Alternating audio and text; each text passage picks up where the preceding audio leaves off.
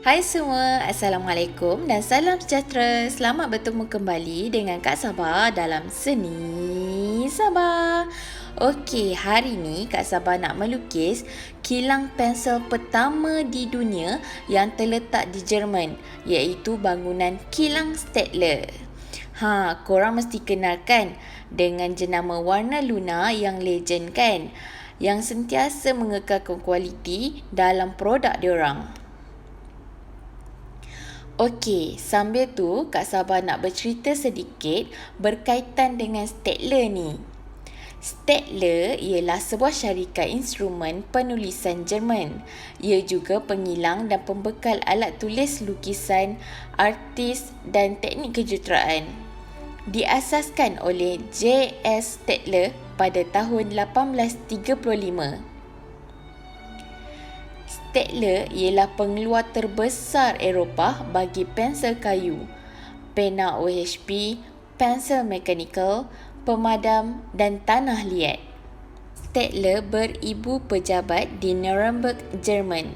Nuremburg merupakan bandar kedua terbesar di Jerman.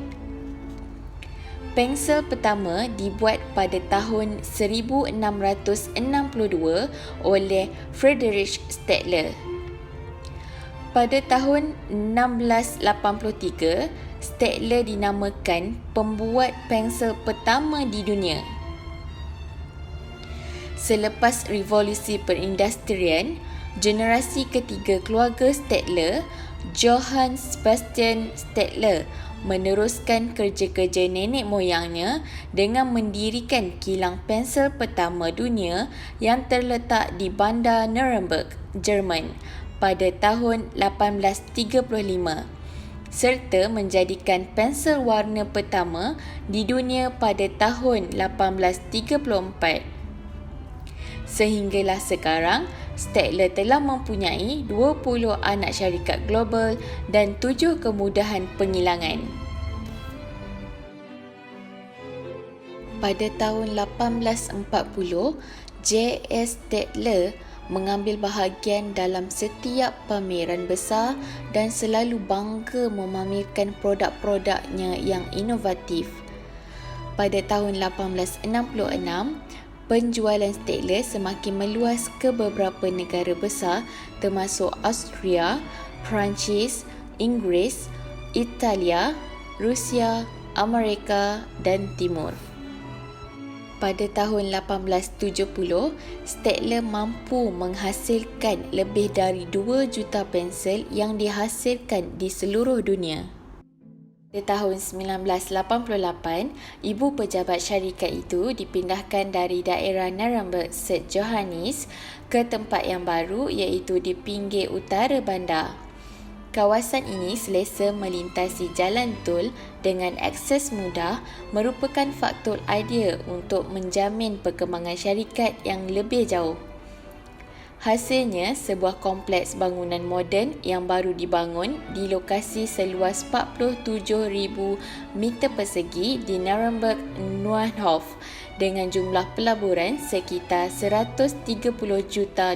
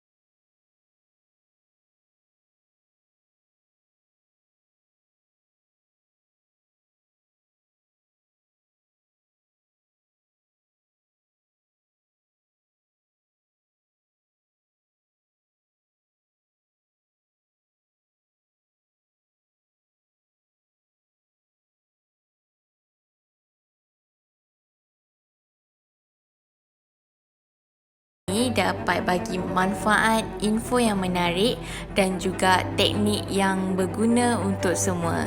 So, jumpa lagi dengan Kak Saba di lain video.